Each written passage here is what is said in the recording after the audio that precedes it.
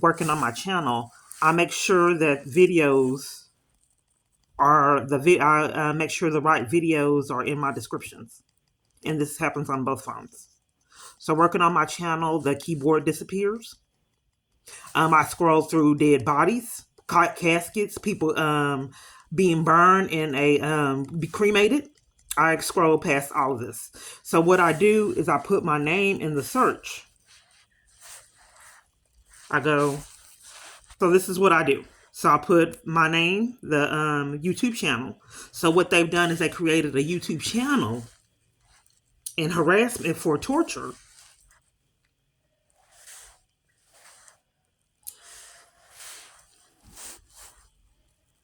So that's the YouTube channel. So I scroll past that, looking for my own videos. And then typically there's dead bodies, caskets, disturbing images. Now that I'm recording, I don't see them, but I showed them the other day. So if someone is controlling my phone and then also what I see with these disturbing, I know it's not realistic. That's why I record everything. But if you look at Rockwall Police and there's witnesses, someone told me to look up Marilyn Monroe one day, and I said, look at what came up. It was a decomposing body of Marilyn Monroe on a slab in a morgue.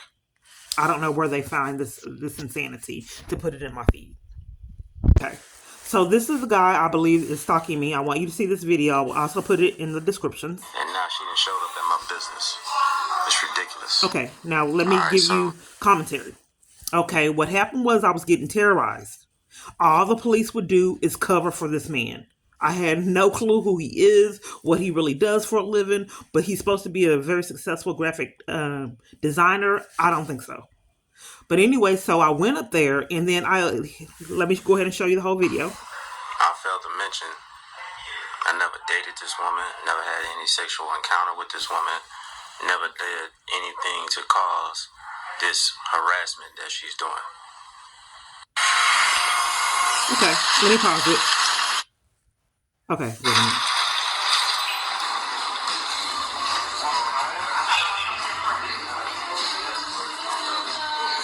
Okay, let me pause it. Okay, now what you cannot see, okay, I'm mentally ill, which he claims having access to my YouTube channel. All his minions have videos, they text me, harass me, call me, tormented me, people that claim that they knew him. Okay, I have to calm down, I get excited, But anyway, so I went up to the business. So the police came, that's the police he's talking to, okay? So I had to be my own investigator. There's a problem. The police came through the back door. So then you get his side. You don't get my side. So let's just think this really clear. If you have a stalker that you think is dangerous that has came up to your business multiple times, do you have time to tell the police to come to the back door? Why didn't the police come through the front door? Because they didn't want to get my side. Okay, let me show you the rest of the video.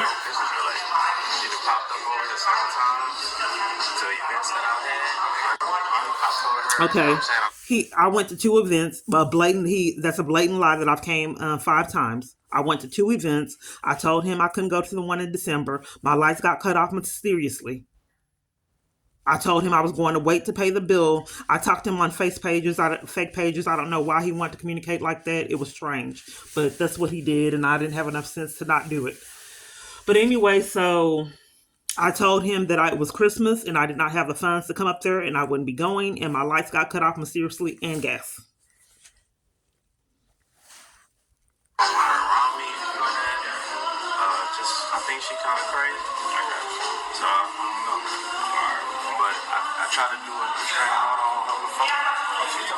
Yes. I got a book about this thing. Messages she just sent me. Negative love. So she just like you. She just like me. I guess, but it's okay. And he said that he has a book of that's why I stopped talking to him. He's absolutely right. I used to send him some horrible things. What would happen was he showed me he was manipulating my feed. And he would I had ministers, all kinds of stuff that I subscribed to. And it would be dead bodies, someone brains coming out, all this madness off of my feed. And I knew he was doing it. I didn't know how he was doing it. So I complained and went off on him for doing that. And he kind of admitted it. And he told me that he had cameras in the house on a fake page, and he was telling me what I was doing. And I showed the information to the police in Itasca. They covered for it.